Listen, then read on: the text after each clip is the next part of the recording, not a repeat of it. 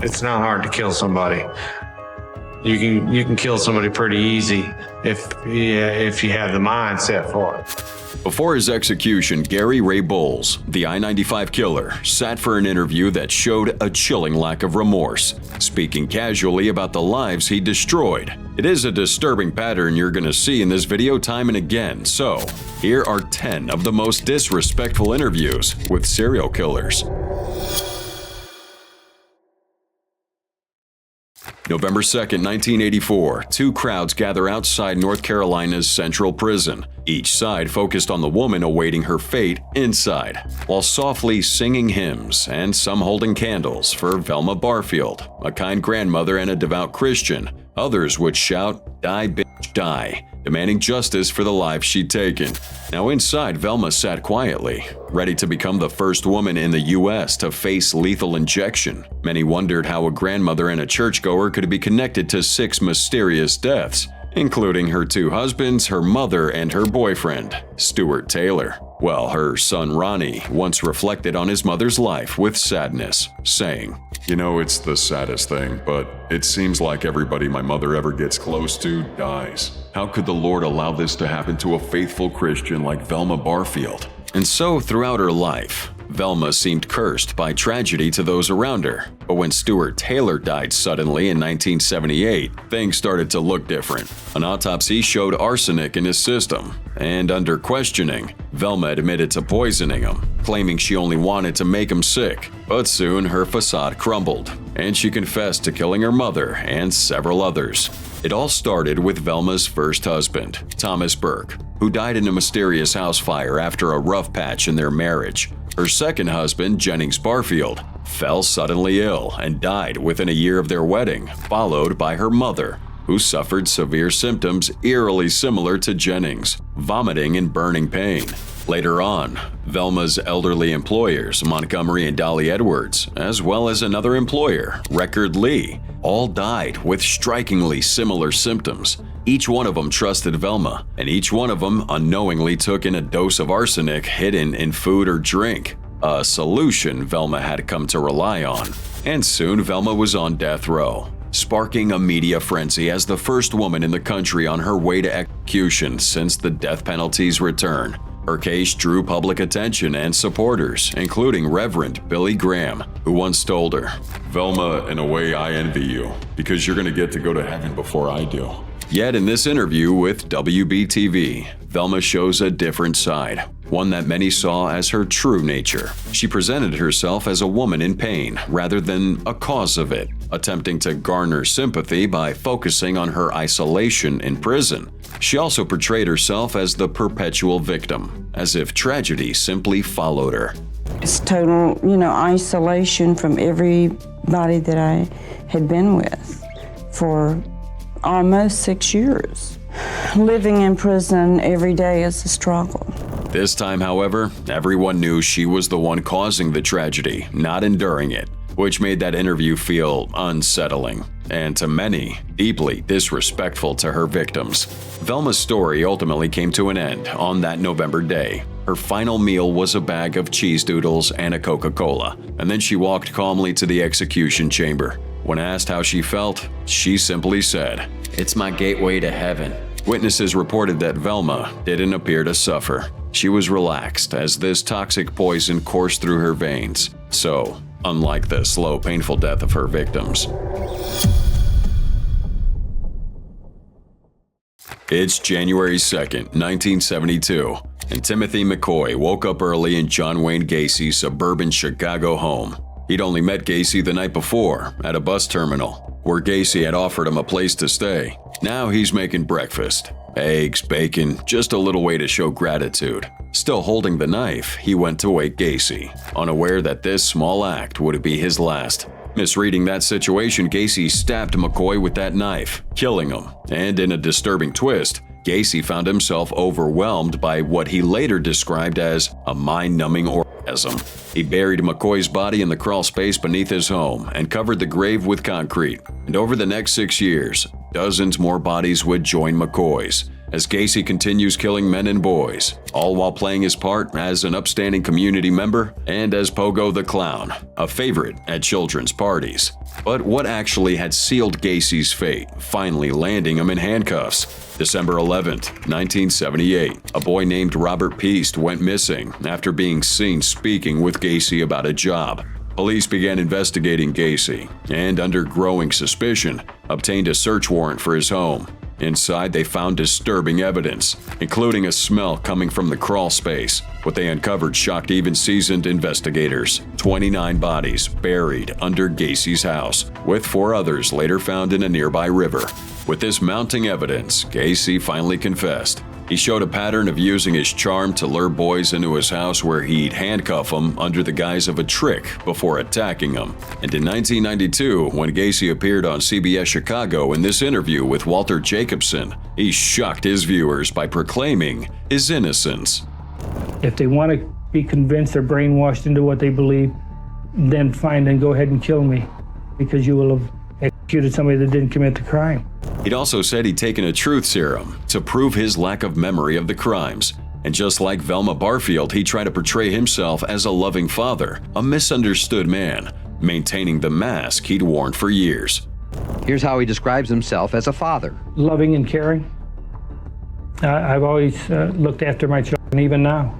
Yet the interview showed unsettling glimpses of the real Gacy. Those calm, hollow pleas felt off to viewers expecting remorse. And the interviewer, as well as the viewers, noticed the moments when Gacy's mask slipped. And I'm not a prosecutor, John, but you just I know said you're not. Wait a Buckovich minute. is not one that you killed, which suggests that maybe Oh. in fact there were others that you did kill. And throughout the 14 years Gacy spent on death row, he showed little regret for his crimes. May 10th, 1994, as he prepared to face lethal injection, Gacy's final words would be, "Kiss my ass." Though John here is long gone, his legacy does live on. And most of his victims recovered from his crawl space were identified and returned to their families for burial. Yet even 30 years after his death, 6 of his victims remain unidentified, leaving those families without answers. But John Wayne Gacy isn't the only serial killer who tried to claim innocence after his fate was sealed. By the summer of 1980, Los Angeles was gripped with fear as bodies of women and girls appeared in alleys and dumpsters along the Sunset Strip. Everybody was stunned by the brutality. The victims had been shot, mutilated, and in some cases sexually violated after death. It wasn't long before the media dubbed the unknown killers the Sunset Strip Killers. The man behind this was Douglas Clark, whose disturbing partnership with Carol Bundy left at least 6 women dead. Together they preyed on sex workers and runaways. You see, Clark, who grew up in a comfortable military family, had a dark history of predatory behavior. After being discharged from the Air Force in 1979, he worked at a soap factory and then spent his free time prowling bars in Burbank. It was there in North Hollywood that he met Carol Bundy, a nurse with a history of troubled relationships, and their connection would spark something twisted. And soon Clark's fantasies turned to murder, and Bundy soon became his partner in crime. Clark would find his victims along the Sunset Strip, luring them with promises of money or work. He and Bundy would then carry out unspeakable acts. And as this spree continued, Bundy played an active, disturbing role. Yet she would later claim that Clark forced her to join him. But the truth is, she never backed away from those grisly scenes. She even put makeup on the head of one of Clark's victims, Exie Wilson, before storing it in the freezer. And in August 1980, the couple's killing spree came to an end when Bundy broke down and confessed to her co-workers about killing her ex-boyfriend, Robert Murray, an act she did to tie up loose ends after confiding in him about Clark. The police then arrested both Bundy and Clark and charged them with multiple murders. At his 1983 trial, Clark was convicted of 6 murders, though he blamed Bundy entirely, claiming she was the true mastermind. But despite the evidence, he insisted that he was the victim of her manipulation. So in this recorded interview, Clark maintained his innocence and accused the authorities of unfairly targeting him, claiming that Carol Bundy was the real killer and had tried to mimic Ted Bundy's crimes to deflect suspicion. It's bullshit. We've got the proof Carol Bundy copied Ted Bundy's crimes. But they try to claim my knowledge of the case from the case files I got while in jail indicate I'm guilty. Throughout the interview, Clark presented himself as calm and composed, even describing his experience in prison as very zen. Yet those words troubled viewers who saw through the act. Beneath this calm exterior, there was some unsettling glimpses of his calculated nature. A man with no remorse, only frustration at being caught. Man, I've never killed anybody. When I get out, there are a whole bunch of people I hope are looking over their shoulder. October 11th, 2023, Douglas Clark died of cardiovascular disease at a medical facility, still holding to his claims of innocence at the age of 75. The next serial killer on this list is also part of a duo, but unlike Clark, he took full responsibility for his horrific crimes, delving happily into every gruesome detail. 1979, for 5 months, teenage girls began vanishing from Southern California, and behind these disappearances were Lawrence Bittaker and his accomplice, Roy Norris, later known as the Toolbox Killers. Their method was one of the most chilling imaginable. They would lure their victims into their van, the Murder Mac, and then drove to remote spots where they tortured them with garage tools. The brutality reached its peak on Halloween night with the torture and murder of Shirley Ledford, a crime so horrific that FBI profiler John Douglas later described Bittaker as the most disturbing individual he'd ever profiled.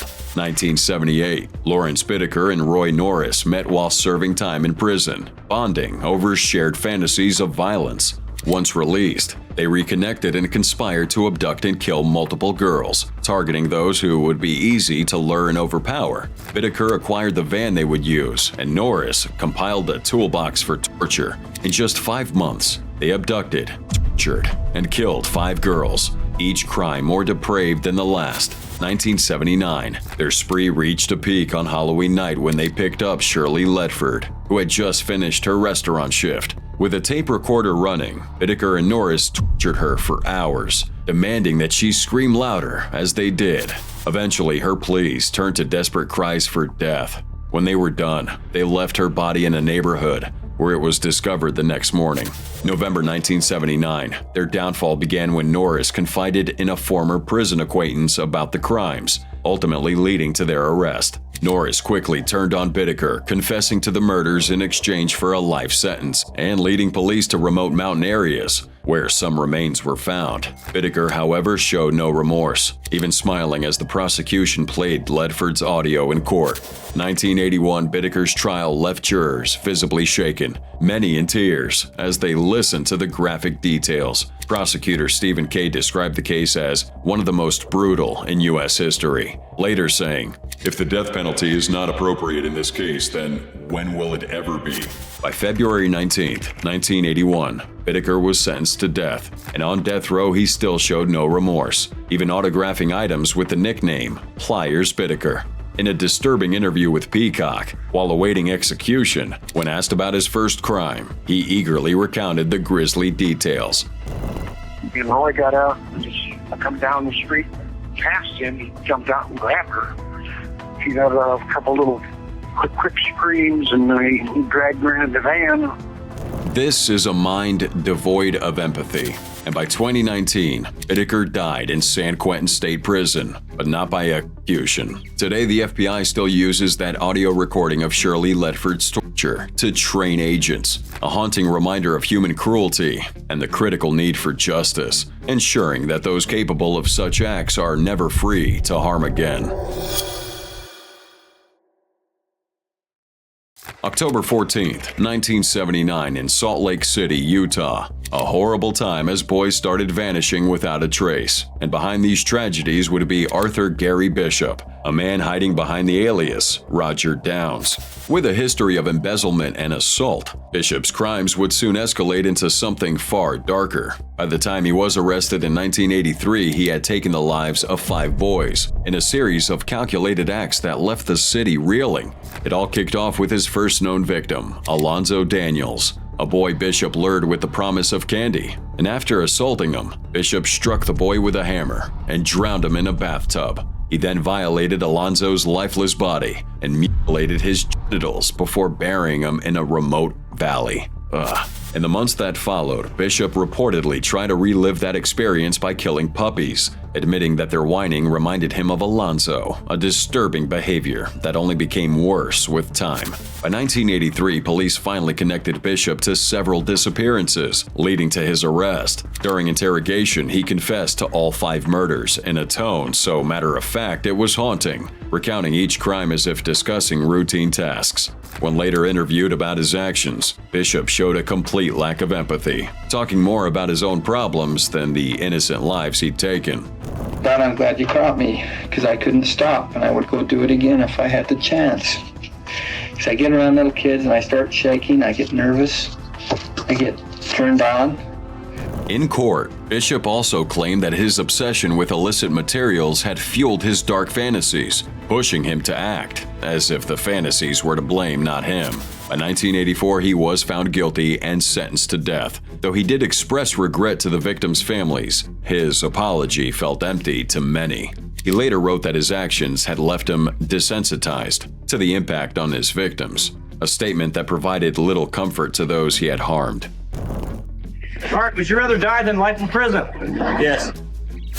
On June 10, 1988, Arthur Gary Bishop was executed by lethal injection, declining a last meal. In his final moments, he repeated his apology, saying, I am truly sorry. I hope they come to know of my concerns and prayers for them. But for many, his words were too little too late, a hollow attempt at remorse after years of irreversible loss.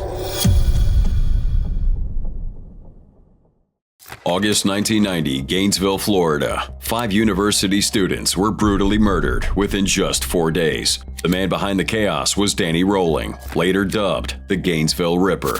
May 26, 1954. Born in Shreveport, Louisiana, Rowling endured a childhood marked by relentless abuse from his father, a police officer who directed his anger at his wife and 2 sons.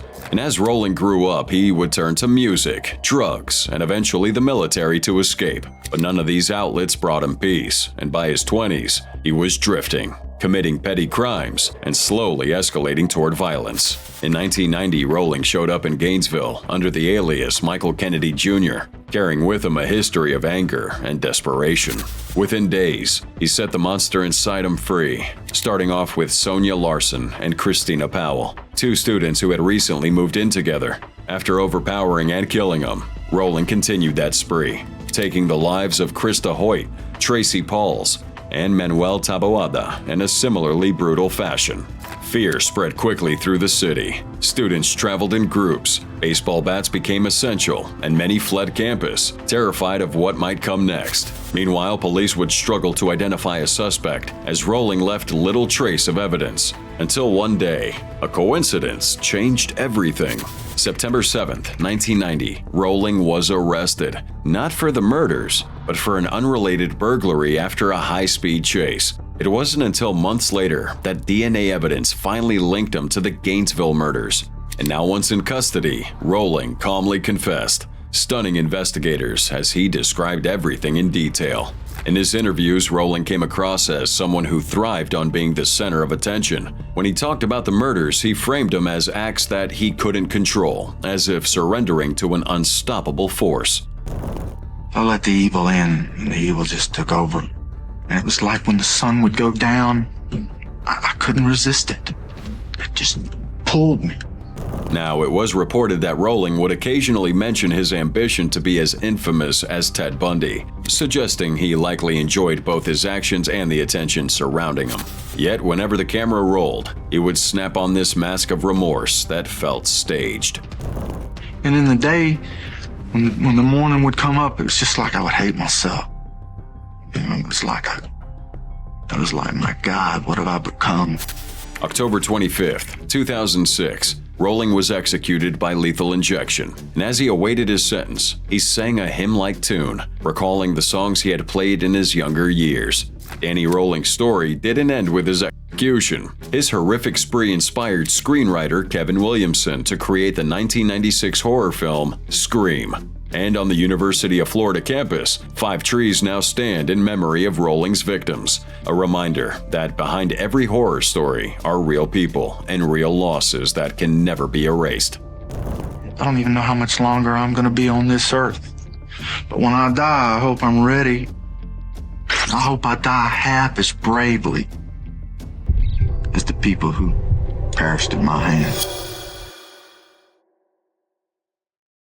From 1978 to 1990, panic spread across Rostov, Russia, as bodies of young men and women surfaced, stabbed, severely mutilated, and abandoned in isolated locations. Behind all this was Andrei Chikatlo, later dubbed the Butcher of Rostov and the Red Ripper. Known as one of Soviet Russia's most notorious killers, this guy claimed the lives of at least 53 people, leaving a horrifying trail that remained undiscovered for several years. Let's go back to October 16, 1936. Chikatlo was born during a time of great hardship in Ukraine under Soviet rule. His early years would be filled with stories of extreme suffering, hunger, and even rumors that his own older brother had been kidnapped and eaten by starving neighbors during the Great Famine of the 1930s. Now, whether or not that's true, the tale left a dark impression on him, and by his teenage years, Chikatlo was already deeply disturbed, struggling with shame, self-loathing, and bullying. As an adult, however, he appeared to be a typical Soviet citizen, a husband, father, and a teacher. But beneath all this, Chikatlo was harboring deeply violent urges. He moved from school to school after administrators discovered he'd been abusing students. But he didn't stop, and his behavior soon progressed into a horrifying nightmare. 1978, Chikatlo claimed his first known victim, a girl named Yelena Zakotnova. Another man would be wrongly convicted and executed for this crime, and Yelena's murder would mark the start of a deadly pattern that would last for more than a decade. Chikatlo often targeted people he found at bus stops or train stations. He would lure them to secluded spots where his violent urges took control. And as his killings grew more brutal, police began to see a pattern. A violent predator who left victims behind, marked by unspeakable acts of violence. Yet Chikatlo evaded capture time and again with limited technology and scattered leads. But then in 1990, just after his final known murder, his luck ran out. A patrol officer noticed Chikatlo's suspicious behavior and brought him in. Psychiatrist Alexander Bukanovsky, who had profiled the killer, was called in to speak with him. Eager for attention, Chikatlo confessed in chilling detail, later describing himself as a mistake of nature, a mad beast. At his trial, Chikatlo's erratic behavior was on full display. Held in an iron cage to protect him from the enraged families of his victims, he ranted, sang, and even exposed himself in court. The judge ended up sentencing him to death, declaring that the only sentence he deserves is execution. In a rare interview before that execution, Andrei presented a restrained, almost subdued version of himself, quite a contrast to those chaotic outbursts in court. He rambled on about his difficult childhood, recounting his experiences growing up during the war, though his focus was disturbingly self-centered. Никто никогда не ласкал, никогда, потому что у нас как раз все мое детство пришло, это на военные, на голодные годы, так что мы там. And when they asked him about the afterlife and his victims, Chikatlo seemed indifferent, casually dismissing the question. Я не задумывался об этом встрече, как-то не задумывался я. Все это я считаю, что все это. The interview took an even darker turn when he revealed that he'd always been harboring ambitions to become a dictator. Или Ульбрихта, и всех и Пика, и всех их знал, и всех. Еще с 9 класса, когда Сталин умер, я уже готов был принять от Сталина это все, это самое.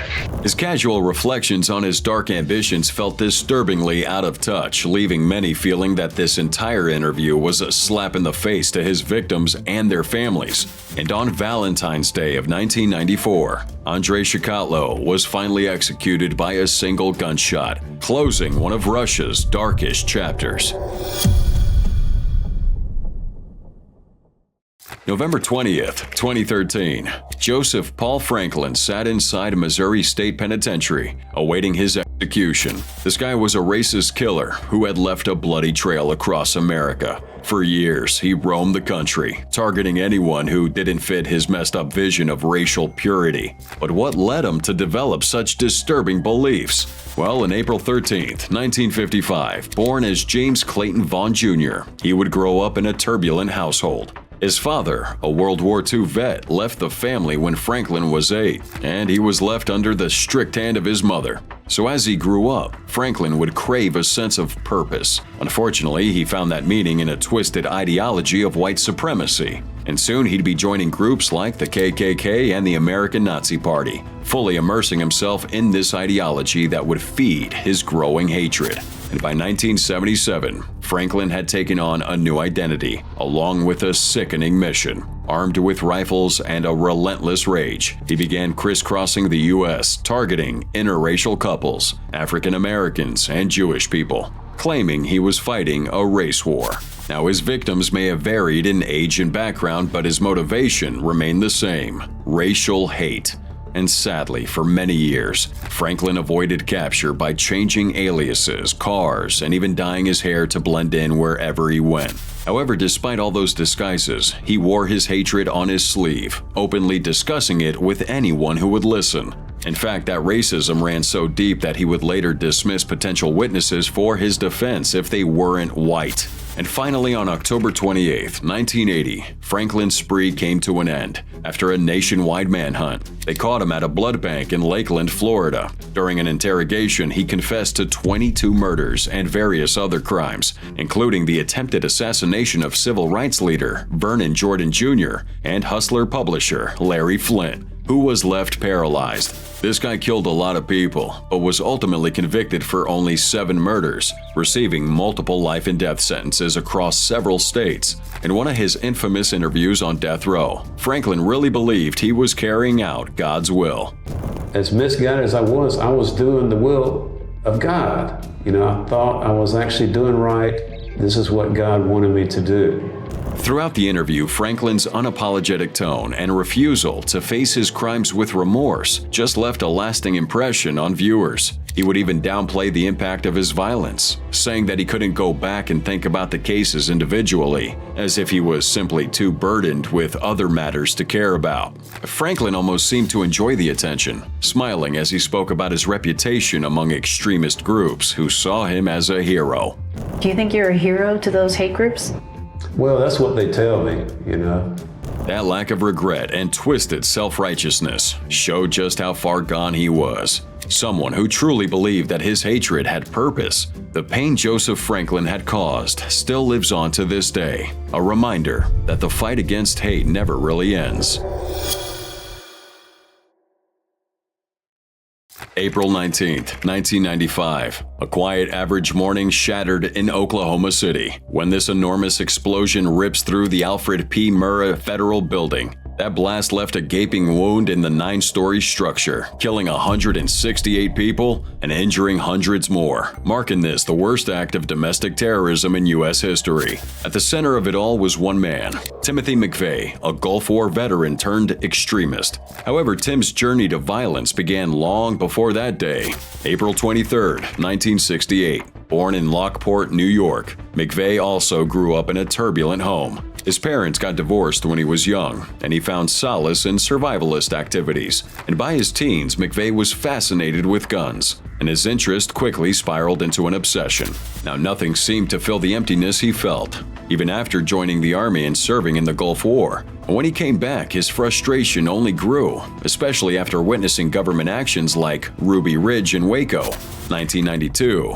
At Ruby Ridge, federal agents surrounded a remote cabin in Idaho to arrest a man wanted for illegally selling firearms. A standoff turned deadly when shots were fired, and in the chaos, the man's wife and son were killed.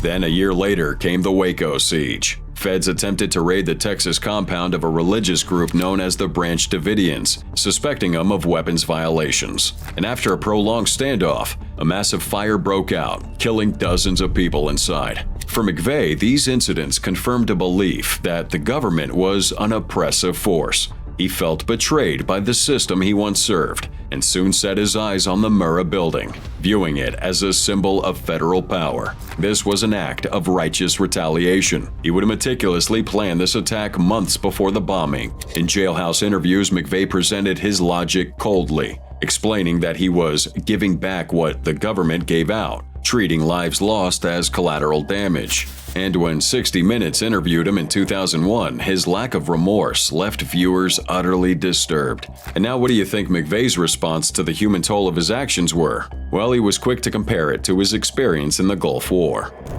In the Gulf War, you were given medals for killing people. He seemed to be questioning the government's ethics rather than reflecting on his own. And as he talked more about the devastation caused by the bombing, McVey's calm demeanor hinted that he felt fully justified in his actions. If government is the teacher, violence would be an acceptable option. June 11th, 2001, in his final moments, McVey left behind only a poem, Invictus, to express his defiance. In it, he wrote, "I am the master of my fate. I am the captain of my soul." The chilling message was clear. He would face death without regret. From my psychological perspective, it's a little easier being on death row because you know how you're going to die. But for those who lost loved ones that day, McVey's conviction brought little comfort. As one victim's family member put it, "He's getting away easy. They should put him in a building that they're gonna implode and chain him to it somewhere, and then let me have the detonator. That's the way he took their lives." August 22nd, 2019, in Florida State Prison, Gary Ray Bowles, the I-95 killer, awaited his final moments. This man had left a trail of brutal murders along the East Coast, targeting gay men he met along the highway. But Bowles wasn't just another name on death row. His lack of remorse and chilling confessions from behind bars really made him one of the most remorseless killers of our time. Let's go to January 25th, 1962. Gary was born in Virginia. His life takes a harsh turn early on when his father dies from black lung disease, leaving his mother to remarry several times, often to men who had abused him. And by 13, Bowles had left home, becoming homeless and struggling to survive by any means necessary, including engaging in prostitution. And so his early years filled him with a lot of anger and a broken sense of self that only grew worse with time. By 1994, fresh out of prison for robbery and violence, Bowles felt isolated and filled with even more bitterness. He was living in Daytona Beach, Florida at that time when he met his first known victim, John Hardy Roberts. Now, Roberts had offered Bowles a place to stay, but Bowles repaid his kindness with sheer cruelty, beating and strangling Roberts before stealing his money and credit cards to fund his escape up the coast. In the following 6 months, Bowles would continue his gruesome spree, murdering 5 additional men he had met under similar circumstances along Interstate 95. This man was brutal and callous. He would offer himself to his victims and then violently turn on them, using strangulation and blunt force to kill before fleeing with their valuables. Each crime was marked by an absolute lack of remorse, and when Bowles later appeared on A&E The Killer Speaks documentary series, he openly recounted his actions, even seeming amused as he recalled stealing one man's identity to avoid capture. And I basically became Timothy Ronald Whitfield.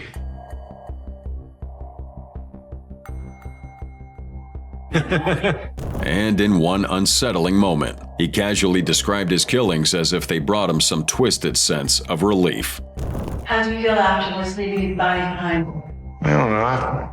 I felt all right, you know. There's not really a way to describe it, you know. It just, I guess, relief. This guy deflected his responsibility for his crimes, blaming his hatred of gay men, a hatred he claimed was triggered by personal problems and resentment. And he would even disrespect his victims, referring to one of them as crazy and creepy. He just started talking all crazy and it just got real creepy.